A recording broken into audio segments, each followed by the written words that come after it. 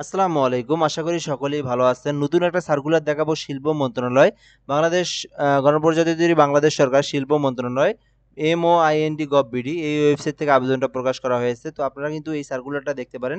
তো এখানে কিন্তু অনেকগুলো পদ আছে। যেমন এখান থেকে ষাট মুদ্রাক্ষরিক কাম কম্পিউটার অপারেটর, তারপরে অফিস সহায়ক ১২ জনকে নিয়োগ দেওয়া হবে। মোটামুটি কিন্তু বড় সার্কুলার আছে। আপনারা কিন্তু দেখতে পারেন। এখান থেকে আপনারা সার্কুলারটা দেখার পরে এখান থেকে আপনাদের যে শিক্ষাগত যোগ্যতা সেই শিক্ষাগত যোগ্যতা অনুযায়ী কিন্তু আপনারা সেই পদে আবেদন করতে পারেন। তো অবশ্যই আপনারা ভিডিওটা দেখবেন শেষ পর্যন্ত, তাহলে কিন্তু এই সার্কুলার সম্পর্কে A to Z বিস্তারিত আলোচনা করব। আপনি জানতে পারবেন এবং বুঝতে পারবেন। আবেদনের প্রসেস দেখাবো আপনাদেরকে।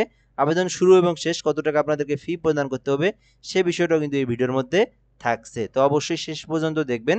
তো এই পদে আবেদন করতে চাইলে বাংলাদেশের সকল নাগরিকই কিন্তু আবেদন করতে পারবে। ৬৪ জেলার প্রার্থীরা কিন্তু আবেদন করতে পারবে। এটা হচ্ছে শিল্প মন্ত্রণালয়ের কার্যালয়, যেটা অর্থাৎ বাংলাদেশ শিল্প মন্ত্রণালয়, সেখানকার যে অধিদপ্তর সেখানে কিন্তু প্রকাশ করা হয়েছে।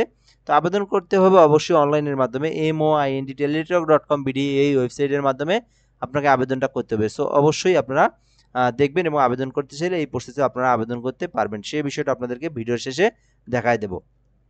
আরেকটা কথা বলে নেই, যদি চ্যানেলটাতে নতুন হয়ে থাকেন অবশ্যই চ্যানেলটাতে সাবস্ক্রাইব করে রাখবেন। বাংলাদেশের যত সরকারি সার্কুলার আছে সকল সার্কুলার এই চ্যানেলের মাধ্যমে আপলোড করা হয়।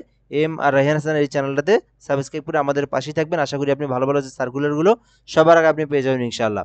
তো ১ নম্বরে আছে ৬০ মুদ্রাক্ষরিক কাম কম্পিউটার অপারেটর, ১৩তম গ্রেড, ২৬,৫৯০ টাকা বেতন স্কেল, ৬০টি পদ আছে। তো এই পদে আবেদন করতে চাইলে যে শিক্ষাগত যোগ্যতার প্রয়োজন, কোনো স্বীকৃতি বিশ্ববিদ্যালয় হতে স্নাতক বা সমমানের ডিগ্রি থাকতে হবে এবং কম্পিউটারের অভিজ্ঞতা থাকতে হবে। যেহেতু ৬০ মুদ্রাক্ষরিক কাম কম্পিউটার অপারেটর, সেক্ষেত্রে পার মিনিটে আপনার বাংলায় গতি থাকতে হবে ৪৫ শব্দ, ইংরেজিতে থাকতে হবে ৭৪ শব্দ। তাহলে কিন্তু আপনি ৬০ মুদ্রাক্ষরিক কাম কম্পিউটার পদে আবেদন করতে পারবেন। এরপরে আছে কম্পিউটার অপারেটর, ২টি পদ আছে। কোনো স্বীকৃতি বিশ্ববিদ্যালয় হতে বিজ্ঞান বিভাগে স্নাতক সম্মান ডিগ্রি থাকলে আপনি আবেদন করতে পারবেন। কম্পিউটার মুদ্রাক্ষরিকে প্রতি মিনিটে বাংলাতে ২৫ শব্দ এবং ইংরেজিতে থাকতে হবে ৩০ শব্দ। তাহলে কিন্তু আপনি কম্পিউটার অপারেটর পদেও আপনি আবেদন করতে পারবেন। এরপর আছে অফিস সহকারী কাম কম্পিউটার মুদ্রাক্ষরিক। তো আপনি যদি অফিস সহকারী কাম কম্পিউটার মুদ্রাক্ষরিক আবেদন করতে চান, ২টি পদ আছে। কোনো স্বীকৃতি বোর্ড হতে উচ্চ মাধ্যমিক থাকতে হবে, অর্থাৎ এইচএসসি পাস করা থাকলে আপনি অফিস সহকারী কাম কম্পিউটার মুদ্রাক্ষরিকে আবেদন করতে পারবেন। তো এই পদে আবেদন করতে চাইলে কম্পিউটারের যে এক্সপিরিয়েন্স থাকতে হবে সেটা হচ্ছে পার মিনিটে বাংলায় ২০ শব্দ, ইংরেজিতে ২০ শব্দ নিয়ে আসলেই কিন্তু আপনি অফিস সহকারী কাম কম্পিউটার মুদ্রাক্ষরিকে আবেদন করতে পারেন। ১৬তম গ্রেডের অনেক ভালো আছে। সো এরপরে যদি আমরা এখান থেকে বলি অফিস সহায়ক, এটা হচ্ছে সবথেকে বড় পদ। শুধুমাত্র এসএসসি পাশে আপনি অফিস সহায়ক পদে আবেদন করতে পারেন। ১২টি পদ আছে, ঠিক আছে?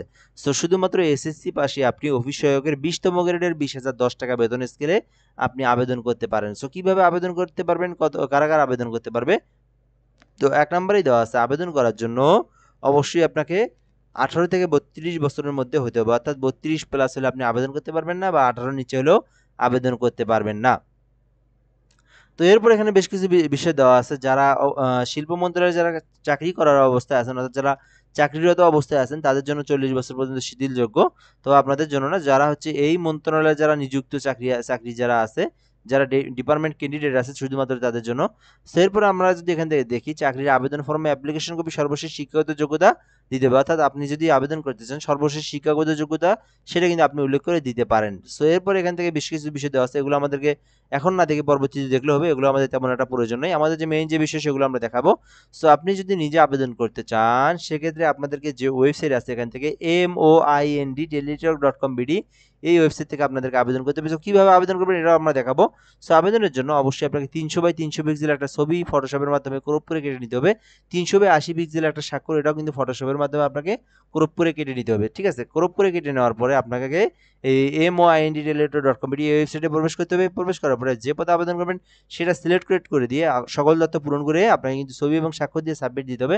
সাবমিট দেওয়ার পরে আপনাকে কিন্তু একটা অ্যাপ্লিকেশন কপি পাবেন, সেখানে কিন্তু আপনার ইউজার আইডি দিয়ে পেমেন্ট করতে হবে। কত টাকা ফি দিতে হবে সেটা আমি বলে দিচ্ছি। ফি দেওয়ার জন্য আপনাকে ১১২, এখানে ১ থেকে ৩ নং পদের জন্য ১১২ টাকা রিচার্জ করতে হবে টেলিটকে। আপনারা ১২০ টাকা রিচার্জ করবেন, ২টা এসএমএস প্রায় ১১৭ থেকে ১৮ টাকা কেটে যায়। তো ১ থেকে ৩ নং পদে আবেদন করলে ১২০ টাকা রিচার্জ দিবেন, এবং ৪ নং কর্মীকে যদি আপনি আবেদন করতে চান তাহলে আপনি ৬৫ টাকার মতো রিচার্জ দিয়ে আপনি কিন্তু ৪ নং অর্থাৎ অফিস সহায়ক পদে আপনি ফিটা পরিশোধ করতে পারেন, ঠিক আছে? সো ফি পরিশোধ করার জন্য এখান থেকে MOIND স্পেস ইউজার আইডি দিবেন, অর্থাৎ আপনার আবেদনের ইউজার আইডি দিয়ে 16322 নম্বরে আপনি পেমেন্ট করবেন। দ্বিতীয়বার আপনি যে এসএমএস আছে সেই এসএমএস দিয়ে 16322 পিন দিয়ে স্পেস ইয়েস দিয়ে পিন দিয়ে এখান থেকে 16322 নাম্বারে আপনার পেমেন্টটা পাঠিয়ে দিবেন, ঠিক আছে? তো এইভাবে পাঠিয়ে দিয়ে আপনার যখন কংগ্রাচুলেশন দেখাবে তখন কিন্তু আপনার আবেদনের পেমেন্টটা হয়ে যাবে। সো এই পদ্ধতিতে আপনাদেরকে আবেদন করতে হবে। যদি আপনারা নিজেরা আবেদন করতে না পারেন সেক্ষেত্রে আমাদের মাধ্যমে আবেদন করে নিতে পারেন। আমাদের হোয়াটসঅ্যাপ নাম্বার দেওয়া আছে 017758303012, 017758303012। এই নাম্বার হোয়াটসঅ্যাপে যোগাযোগ করলে আপনি আমাদের মাধ্যমে আবেদনটা করে নিতে পারেন। সো অবশ্যই যারা আবেদন করবেন কত তারিখের আগে আমরা ক্ষেত্রে দেখব, 30 তারিখের আগে আপনাদেরকে আবেদনটা করতে হবে। অর্থাৎ সরি, আবেদন শুরু হচ্ছে 9/10 এই মাসের 9 তারিখে শুরু হয়েছে, আবেদনটা শেষ হবে নভেম্বর মাসের 7 তারিখে। এটা হচ্ছে আজকে হলো 18 তারিখ অক্টোবরের, নভেম্বরের 7 তারিখে শেষ হবে। তো যারা আবেদন করবেন অবশ্যই আপনারা এর মধ্যেই যোগাযোগ করবেন, 7 তারিখের আগে আপনারা আবেদনটা করে নিতে পারবেন। সো এ পর্যন্ত ভিডিওটা, আশা করি আপনারা সার্কুলেটর সম্পর্কে A to Z জানতে পেরেছেন। যদি কারো কিছু প্রশ্ন থাকে আপনারা যদি কারো প্রশ্ন থাকে আপনারা কমেন্ট বক্সে কমেন্ট করতে পারেন। আশা করি আপনার যে সমস্যা সেটা আমরা কিছুক্ষণের মধ্যে সমাধান করে দেওয়ার চেষ্টা করবো ইনশাআল্লাহ। ভালো থাকবেন, ধন্যবাদ, আসসালামু আলাইকুম।